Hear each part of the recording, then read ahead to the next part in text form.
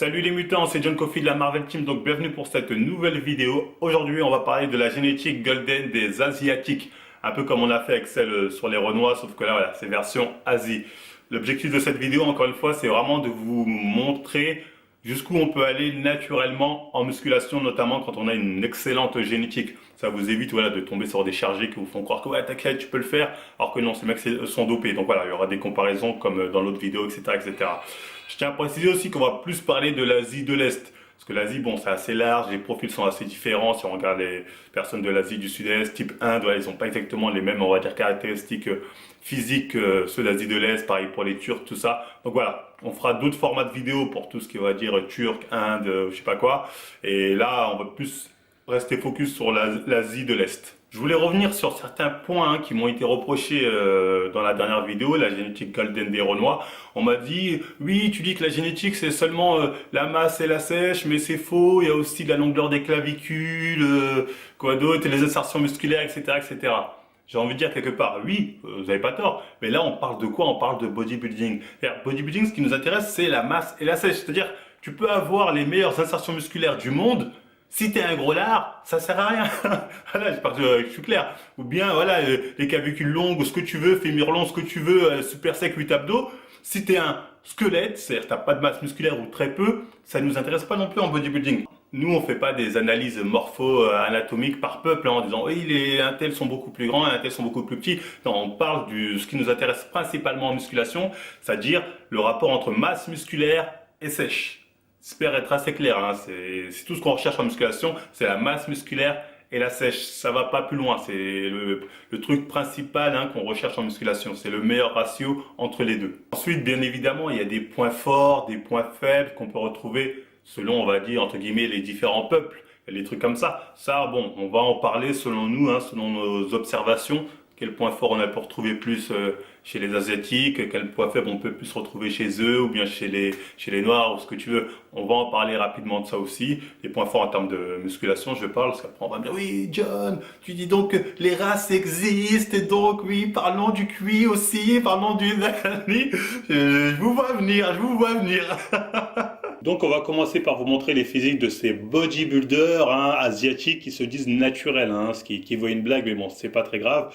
Donc le plus connu, hein, c'est Shul Sung, hein.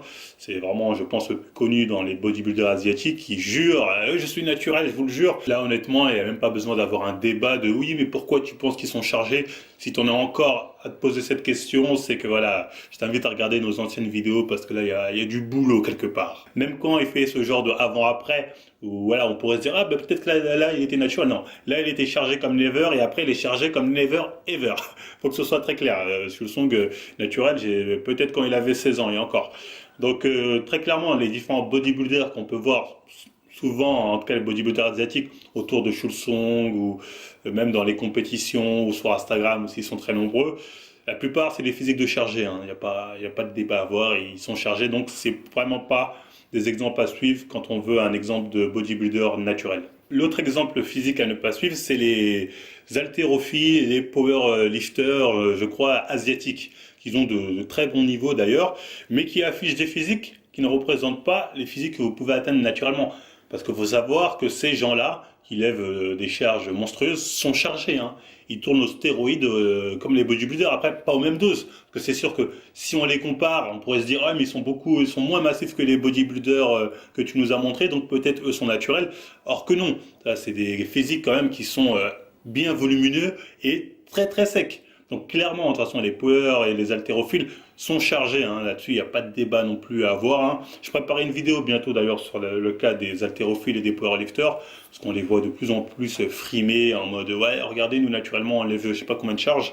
Enfin bref, je prépare une vidéo là-dessus, mais très clairement, hein, les bodybuilders, les physiques de bodybuilders et d'haltérophiles ou de powerlifters, c'est pas des exemples physiques à suivre quand on veut un exemple de mec musclé naturellement.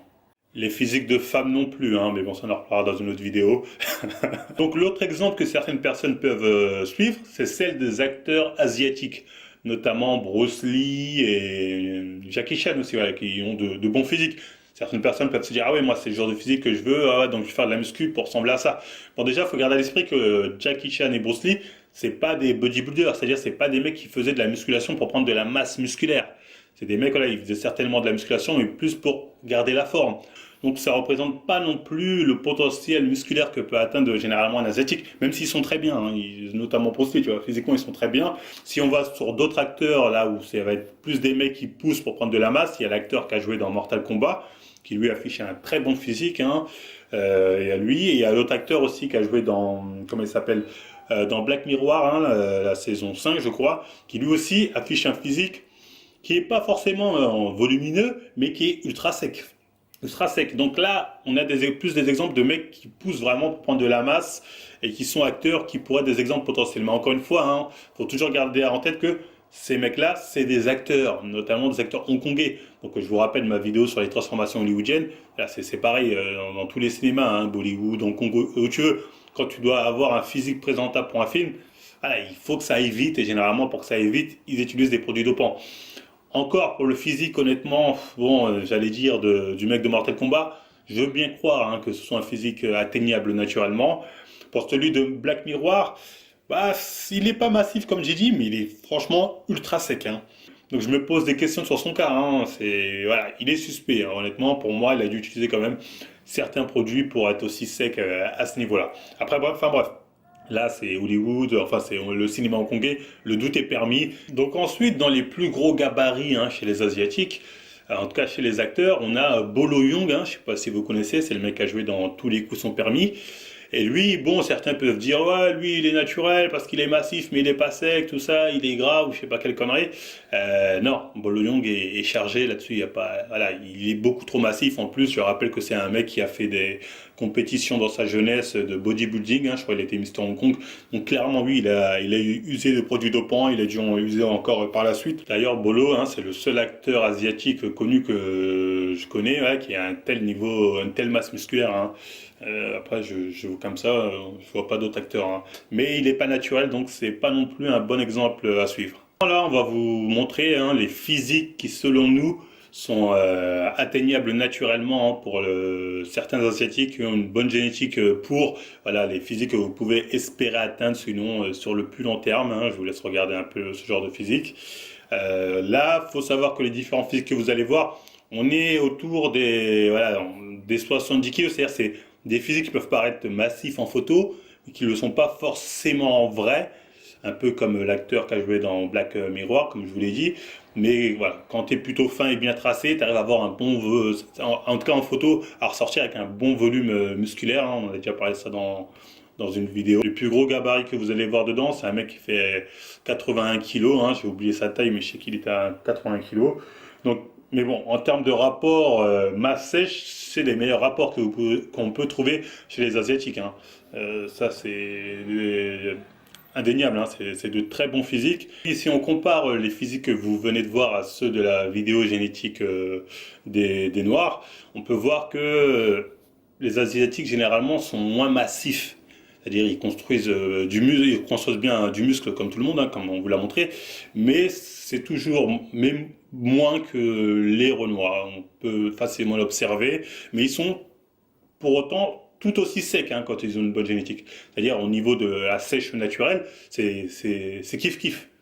Voilà, il y a match largement. C'est plus au niveau, on va dire, de la construction de muscles, hein, vraiment avoir un muscle à PDC plus, je sais pas, plus 7, assez massif. On trouve plus difficilement ce genre de cas chez les Asiatiques. Après, si on prend les rapports taille-poids Renois, taille-poids asiatique, ça se vaut un peu. Ça se vaut un peu. Si on fait la différence taille-poids à niveau égal, ça se vaut un peu, mais on peut très clairement observer que ils sont très secs, ils arrivent à avoir des physiques assez secs, bien secs hein, pour la plupart, mais pas avec un gros volume musculaire, en tout cas si on compare à celle des Noirs.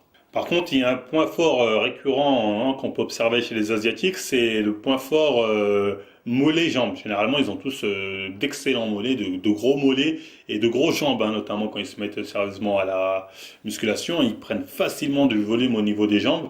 Et ça, c'est un truc qu'on peut observer et qui est assez récurrent chez les Asiatiques. Si on devait encore une fois comparer aux Renois, les Renois, on a plus tendance à observer des Renois qui ont un gros point fort bras. Bah, les bras, c'est vraiment le point fort qu'on retrouve souvent chez les noirs. Et épaules aussi, hein. On peut voir qu'aussi les noirs ont de très bonnes épaules. Je parle pas des épaules de chargé, mais pour des mecs naturels, ils arrivent quand même à avoir un bon volume en termes d'épaules. Mais voilà, pour revenir chez les asiatiques, c'est vrai que les mollets, jambes, c'est un point fort qu'on retrouve souvent chez les asiatiques. Les différentes photos que je vous ai montrées, voilà, vous pouvez trouver peut-être, je sais pas, sur internet ou dehors, des mecs qui sont un peu mieux. Physiquement, vous allez dire, ouais, il est bien, il est mieux parce que voilà, il a un peu plus de pec ou un peu plus de dos, je sais pas quoi, mais jamais ils mettront une fusée au profil qu'on vous a montré. C'est simple, hein, vous me montrez un asiatique qui met une fusée au mec que je vous ai montré, dites-vous qu'il est chargé. Donc voilà, encore une fois, c'est une méthode facile pour vous montrer voilà, qui est chargé, qui l'est pas. J'espère que je suis assez clair dessus. Après, c'est des profils, hein, des mecs qui avaient quand même une bonne génétique. Donc, voilà, si vous partez un peu de loin, ça va être un peu compliqué pour certains d'atteindre ce genre de niveau. Mais ça reste des niveaux accessibles naturellement en tout cas. Donc ça, c'est important de le montrer et de le dire. Ah oui, j'allais oublier, on est à 100K, hein. Merci à tous, hein. Bah, j'espère qu'on sera bientôt à 1 million, même si, on va dire, en ce moment, on a quelques soucis là qui nous tombent dessus. C'est pas évident, hein. Donc voilà, c'est pour ça qu'il y a moins de vidéos. D'habitude, on fait 2, 3 vidéos par semaine. Là, on va plus être, là, on était plus à une vidéo, mais je vais augmenter le rythme là bientôt. Parce que là, on a essayé de m'avoir. On m'a eu un peu, je veux dire, je vous l'avoue, on m'a eu un peu. Donc, j'en parlerai quand je pourrai, je vous en parlerai de toute façon. Sinon, c'était tout pour cette vidéo. Bah, si ça vous a plu, on like, on partage, on s'abonne. On n'hésite pas à nous aider via Tipeee, Utip, hein, vous regardez des pubs et nous, ça nous fait quelques shekels. Vous nous suivez sur Instagram, Facebook, hein, nos Pennogen aussi, moins 10%. Et voilà, je pense que j'ai fait le tour. Ah oui, la prochaine génétique golden, ça va être celle de mes frères, mais pas vos frères, comme dirait l'autre. Donc voilà, on va faire, ce sera eux les prochains cas. Donc je sais pas, je vais la faire quand, mais bon, sur Instagram, n'hésitez pas à nous suivre parce que je ferai une demande de profil, on va dire, de personnes avec la génétique golden chez mes frères, mais pas vos frères. Donc voilà, j'arrête de vous embêter. Donc à la prochaine tout le monde. Tu sais que moi je suis fils, je suis fils. Tu sais que moi je suis fils, tous mes fils sont plus âgés que toi.